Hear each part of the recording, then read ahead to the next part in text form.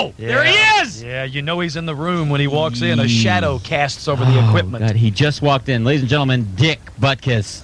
Hi, Dick. going on? Man, Morning, nice Dick. to have you here. Well, I'm not so sure. I'd like to be here. Why are you saying Who's that? in charge of spelling the name correctly out in the welcome Nicole. entrance? No, Security guard Roger. Roger. Did they spell your name wrong? Roger. Yeah. The guy out there, Roger, said Brian did it. No, I didn't. No, Brian's right there. Well, No, I know how to I'm spell just your name. telling him. I know how you spell your name. I just said Dick Butkus. He spelled it. I know how you spell your name, man. Don't even think. In fact, if you'd like to go whoop up on him, go right ahead. Have at it, Roger? pal. No, he was a nice guy. He was apologizing for you. No, I didn't. Bastard. No, I didn't. All right, Dick, let us go ahead and schmooze first of all. We spell your name Greatest. T. Yeah. Greatest. You know, honestly, seriously, without beating around the bush, you are heralded as one of the meanest and greatest linebackers to ever put on a football uniform. Now, that's got to make it feel good to get up in the morning. Yeah, no, well, you know, it's something I started out when I played the game. I wanted to be the best, and, you know, I retired in 1974, and people still talk about it. How many years did you play? For the 9 Bears? years. For the Yeah, Bears? Yeah, 9. And the last 2-3 years you were in pain out there every day. Yeah, I had a bum knee, you know. The doctor screwed up the operation twice and caused an infection, and so that's, you know, it was just hanging on. That had to be more frustration than anything, because your mind was still able to make the plays, but maybe you physically couldn't get there. Well, that's what happens. See, when people get injured, and you know, you wonder why they keep playing. Well, they're hurt, and why they keep playing. Well, it's not something easy just to turn around and walk away from it. And you know, I get it for Hampton, Dan Hampton of the Bears, Yeah. you know, with his 10 knee operations, and people call, well, why does he play? Why does he play? Well, because he loves to play.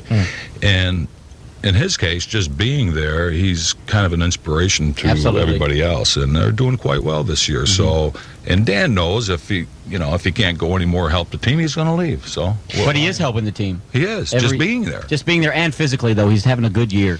Did you find that the dedication that it takes to play college and professional football to the level that you played it, the dedication that you have to, the sacrifices you have to make, has that helped you in your acting career and dealing with what you're doing now? Yeah, I think so. Yeah, there's a lot of discipline involved in playing sports, mostly in pro and college. You know, nowadays the pro players, I mean, it's an all-year deal to stay in shape. We never had that. When your off season came, you went and did another job because you weren't quite making the bucks that they were this year. Wow. But I have found that discipline has helped me in acting. Yeah, sure. We're going to be jumping all over here with questions from the past and the present.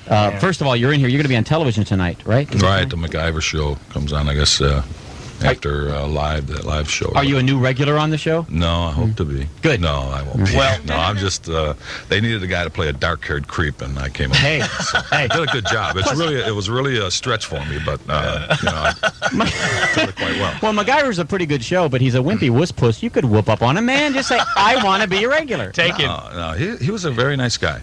You know, you have an opportunity to do these episodics, and you go to a good show where a guy's, you know, a pretty good guy, a star, supposedly, and that happened when I worked a Magnum with Selleck, Tom Selleck. I did a movie a week before he was on Magnum and everything, and I just went out there and did another a Magnum just to check him out. You know, he didn't take any star pill. So, and that's what I get the feeling from Richard Dean Anderson. Nice guy. All right, well, we want you to please pardon us beforehand, but we will be asking a great deal of football questions because we're both major fans, and there's a lot of stuff we'd like to know about. So pardon us for that, but we do have a situation we'd like to deal with right now. And it's kind of neat you're in here because you could help us deal with this situation. Yeah, this is a hairy one. Let's Dick. go to line. What line was that? Line 1.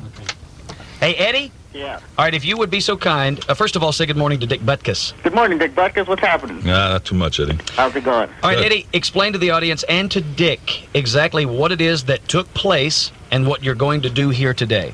Well, 2 weeks ago, I got off of work late, and when I got home, I caught my friend, my roommate, in bed with my girlfriend.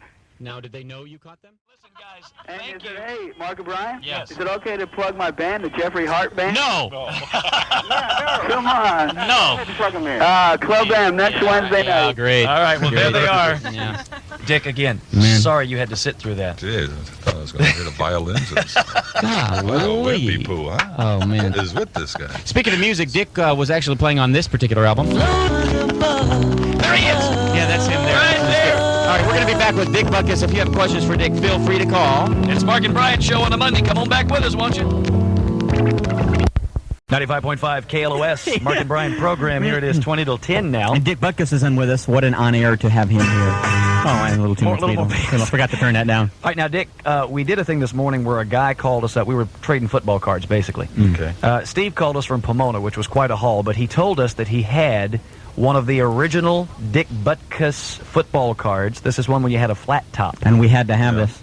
Let's see the card. White jersey, number 51, Yeah. with the receding hairline and everything. All right, that's the one. That was taking that. I was with the college all-star game that summer. We were practicing, and the college all-stars would scrimmage the Bears down at their training camp in Rensselaer, Indiana. And usually a picture is taken with a blue jersey, but it was after the scrum with the Bears, and so before I ran off the field, they threw me a white jersey. I put it on. You knew you were going to be a Bear then? Yeah, I was drafted by him, and I was going to play in the college all-star game. Wow, my God. This is an important card. It is. I don't know what it says on the back as far as... You're 22 here. Wow. No, well, 240. Let's see, Dick, what an All-American. years, they say? Let's see, no year. Let's see, Dick, an All-American from Illinois for the past 2 years of his college days. Was also chosen the American Football Coach Association Player of the Year in So that's it. 1964. Yeah. He was the most outstanding defensive NFL rookie last year. Felt some John Facenda in there, pal. What year is this? It doesn't say, damn it. 65, it should be. 1965. Well, the picture was taken about July. I don't know what month it was printed. Steve, how many of these do you have? That's the only one. The only one. Now, what was our deal, Steve, that we cut? Deal was an autographed football from Mr. Butkus. Well, back it up. which Back I it was up in a little such bit. hurry to What do get you- here. Well, see, what we did, Football. we traded with Steve. Dick's getting pissy. Well, what does that got to do with me? Well, Signing see, balls now. we understand. And see, I'm what here it to is. plug the MacGyver show, and now I'm signing balls. I know, we understand. And the thing of it is this. We traded with him. God. He gave us this Dick Butkus card. Yeah, And you see. and in exchange, we were going to give him a football that was, autographed. And plus, we wanted you to sign this card so we could have some leverage power in trading. So, You wouldn't. You know something? When you sign it, Mm-hmm. it isn't better. I mean, you don't get more if you sign a card. Your sure? autograph on this card? come That's on. what some card guy told me. Yeah, it can't be true. No, Yeah. he was trying to negotiate you down. No. He was just trying to Anybody pimp can you. sign it. How do they know I signed it? It's your signature. Well, no, And and We're on we'll check radio. it How do out. they know? Oh, but we The people know are listening will know because you're going to do it on the air. So if you wouldn't mind signing this guy's football for him. Give you a buck.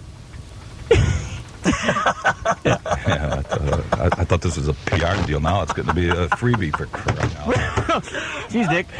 We Yes, didn't mean thanks a to. lot. We didn't mean to touch a nerve Where'd here. you come from, Steve? I was in my office in City of Commerce and had to drive back to Pomona and back here.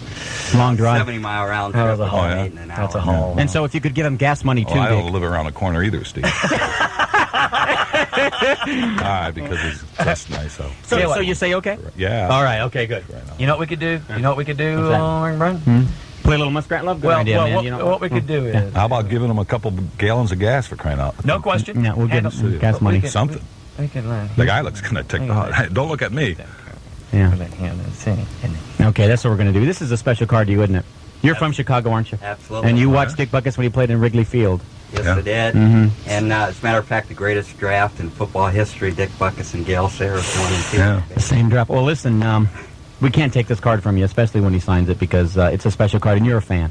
It was nice of you to come down to show us this card. You're a giver, pal. So we're going to let you keep the card. That's awful nice. Give us $20 and we'll call it even. Give us a little Ben Franklin. Crying out, I'll give me 10. What is it, Ben Franklin or Lincoln on his one? I'm really not sure, actually. I haven't seen that many 20s. Nobody knows. though. Okay, keep the card. All right, put your card over here. We'll get Dick to sign it for you. Let's get a pen. You want, what would you want it signed in? Pen. Throw my name on there. Well, I know, but I mean, we're going to try to find you a special pen here. That's a that pencil. part wouldn't do. You got to get like one of those black felt pens. Yeah, Not let's the- get Not us the a cheap ones. I Sluggo. don't know if you'd have them down here. They're expensive kind. Mention to Sluggo. He's always got those felt tips in there. You know Kind those of round used pointed ones? Yeah, we know the one. Sluggo No, usually do it. has some in his thing. Do it in pencil. You can erase it just in case, you know. This is really, that is a very special For you card to guys, have. You can have some more leverage. Whoa! Who is it? All right, in trade, we're going to give him back his card. He just gave us an original, old, what year is this? I didn't look. I would say somewhere, well, it doesn't say either. But it's an original Johnny Unitas. Johnny Unitas. Oh, let me look at it. Oh, man. Original Johnny Unitas. Yeah. And he already had the plate in his shoulder there. You're a giver, baby. You're a giver right there, pal. With two little bars on his helmet. Yeah. Two little bars. Dick, would you mind signing Johnny Unitas on that card for us? Yeah. Well, he was inducted the same year as I was. Listen, while we're waiting for the pin, let us ask you. You again are heralded. In fact, you just returned this weekend from the state of Illinois. There was a special thing that was taking place there. Yourself and Red Grange have the honor of the only two football players to ever have your name or number retired in that state, and you just had a celebrative thing there. You're a member of the Hall of Fame. What year were you inducted? 79. And you have been called the meanest man that ever played the game because you physically, and I think I've actually heard you say this on various NFL films, you physically went out to hurt the other opponent. No, you did. You said it. No, I didn't. Yeah, you did. Back then. Today, You said it's the 90s now, and we mustn't hurt people. But now, the thing of it is... Yeah, but We you... must make the tackle and help them up. Well, the thing of it is... 'Cause we're all in this together. Oh, But yeah, the thing yeah. of it is Yeah. you said that when a man comes into your area, if he comes in the first quarter, you want to pop him so hard that if he comes back in there the second quarter, he's going to know that he is in Dick Butkus's territory. Well, I was a fullback in high school, and I know when people hit me hard or kind of hurt me. You remember Well, it. I'm gonna, I remember that, so I just pulled a little reversal when I tried to. I thought in high school, you can intimidate some people. It's taken for granted. Now you go to college. And you think, well, now we're getting all the better guys. Now, Right. maybe some of them will be intimidated, but not that many. Well, there are a lot. And then I get to the pros, and I said, well, my deal's over now. I can't intimidate anybody. But, oh, yes, you can. And there's a lot of guys with the yellow streak running down their back that, maybe everybody else doesn't see. So the factor of intimidation is it works in the pros. Your first year of the And so all of a Bears. sudden, I'm the animal, right? When was your first year of the Bears? 65. Okay, 65. When did the Dick Butkus animal come out and you publicly? When were you heralded as the meanest guy in football? Probably 64. I would assume. No, you know what happened at Illinois? We did a Sports Illustrated article and made the cover. Okay. And I told the truth. I was going there to play football. I wanted to play pro football. And I'm going to school, and I'll graduate from Illinois, but I'm going to play football. And I said, if I wanted to be a doctor or a lawyer, that's what I would do. I don't, so I want to be a pro football player, and that's what I'm going to do. And so the Sports Illustrated article comes out and said, well, quoting me as saying, well, if I was smart enough to be a doctor, I would. I'm not, so I play football. And so now we're called in, the dean, physical education, and the head coach, and everything else. And that's why first couple years with the Bears, I just did not speak with the press. The way they twist everything around. So, your first year, did you start your first year with the Bears? Yeah. Yeah, Gail and I both started. Was that a good year for you, the first round? Yeah, we almost made the playoff. I think we lost late in the year, and that was the only time we got close to the playoffs, at least when Gail and I were playing. All right, now, when we talked about this earlier, we never said, and we don't insinuate that you ever played dirty football, but you just hit people as hard as you physically could. What was the hardest hit you can ever remember giving, and more than likely it knocked the person out? Or what was the hardest Well, hit? I don't think it was, I didn't knock him out. It was actually... Yeah. No, actually, it was on an interception. It was against Detroit, and they were trying to throw the ball at Charlie Sanders. Remember the big... Yes, absolutely. Big tight end. And one of our guys intercepted it, and I just peeled back on him, and he didn't see what was coming. It was a good. Where'd you hit him? Right in the middle of the chest? Yeah, I tried to go for put the head right on his right chin. on the Put the head right on his Trying to chin. snap it back a little bit. He didn't get up fast, did he? He might have got up. He was a tough character, because he popped Doug Buffoon in the mouth earlier in the game. So Little revenge. that's what happened back then, which was kind of neat. If you found a guy taking cheap shots, there's some guys over there with the Eagles that they're claiming take shots. Right. Well, they would get them back. Somewhere along the line, you'd get them back. It was like open season. Monty Stickles of the 49ers was really noted as a cheap shot artist. But I'll tell you what, he had to have eyes in the back of his helmet because everybody would go after him. Try to snap him back a little bit. Yeah. All right, now, what, in your opinion, that you can remember was the grandest moment and your best game, the one that you were maybe the most important game where you truly had an All-America kind of game? That's the game you killed 5 people. Maybe that was the incentive I had, because I always felt you could never have a 100% game. But the game I probably remember most was you probably laugh at this, but it was against the Redskins when George Allen was coaching there, and we tied the score, and we're going for the extra point. The snap goes over our holders. I was the up blocking back on the left side of the extra point team, and the ball goes over the quarterback. Bobby Douglas was holding the ball, and it rolls about 20 yards, and he throws maybe it was 39 or 40-yard pass for an extra point, and I caught it. And the thing of it is, I got hit in the eye before that, and it was shut, so I caught it one-eyed, and I jumped up like a receiver, kept the toes in bounds. Yeah. One-eyed. We got a buzz by that. Oh, so many questions we got to ask you. All right, there was a problem with the Bears when you retired. Some litigation happened there about your knee, them not repairing your knee. Are you a Bears fan? Yeah.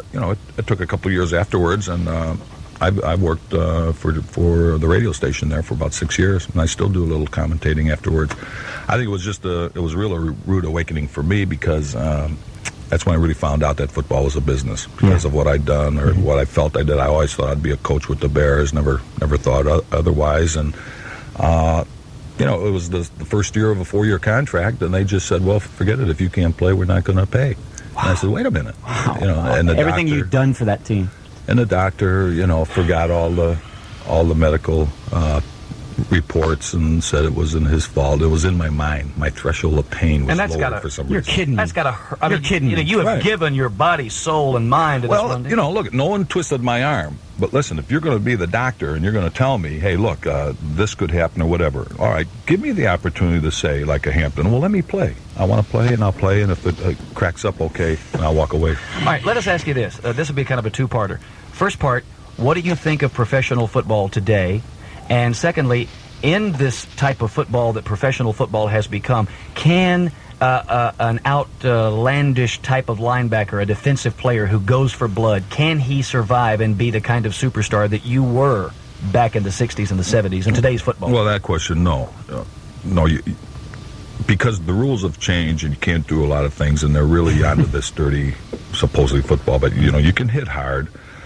But, if Jerry Rice was playing in the 70s or 60s and he took that 3-yard down the field and cut across the middle, I mean, he wouldn't be doing that very long, because you were able to hit people all the way down the field. As long as the ball wasn't in the air, you could clothesline them or whatever. I thought maybe nowadays in the late 80s, 90s, that these guys really don't have the desire to play, but I think that's wrong. I've been with, when I was with NFL Today, it gave me an opportunity to go to different camps and talk to people, and there still are guys that are 100%ers that really want to play. What player right now do you really like, middle linebacker position? Well, it's tough at middle linebacker because of that 3-4. Yeah. There's nobody can touch Taylor. I mean, he's the guy. Would you say Mike Singletary the most intelligent middle linebacker? Well, he's one of them. Yeah. But I tell you what, the guys up front, in front of him, did a good job too. It's very important. The middle linebacker, if it's geared to make tackles, then you'll make them if your front guys are doing a job. Yeah. Well, the one guy that kind of reminded me of you and the way that you played and the things that you did, plus the intimidation, was Brian Bosworth. And now, granted, he was injured, but he never really... Are you from Oklahoma? No, not at all. He's a wimpy wuss puss. He turned out to be. I mean, I really expected... Out in Florida, and he was the first winner. He won it 2 years in a row, in fact. And what surprised me was when the guy said, look, we got to get him a tuxedo and rent him, this and that, and his shoes. He says, what size shoes he wears? And I said, how the hell what would I care? What size shoes does he wear? 9. Now, here's a guy that's 240, and what has he been doing? And he runs like a deer. He was just a pumped-up safety. But he really was impressive. And well, you know what they say about shoe size and hands. And hands, hands. He had small hands, too. All right, Dick, we have to go to commercials, but we have just a few more questions for you. Please stick around, okay? All right. And we'll be right back. No music next break because we got to talk to Dick. He's signing the card. Raiders have the ball now. Third. Come back because we couldn't spend enough time with you here. Okay. We got a lot of questions for you. First, Mark and I are fighting over your attention. Oh, wait, over here. Mr. Butkus. Mr. Butkus. Drafted with Gale Sayers. And when I was young, this is when I first started I didn't even know about football until you guys started playing. I was about 5 years old, and just watching you and following you through your career with the hard years with like Bobby Douglas quarterback. Can we ask you, what do you think of Mike Ditka as a coach? I think he's terrific. I think he's from the old school, and last year he had a tough time, but that could be because of a lot of medical problems that he had, and I think he's straightened that out over the off season, and he's just a good guy. Was it smart for him to come out last year and say, I don't think these guys are going to win another game? He did it probably to light a fire underneath them, but I think it backfired. Yeah, a little bit. The guys, because of the young players and the experienced guys that went down with injuries, and they had to play people who they didn't want to play right away.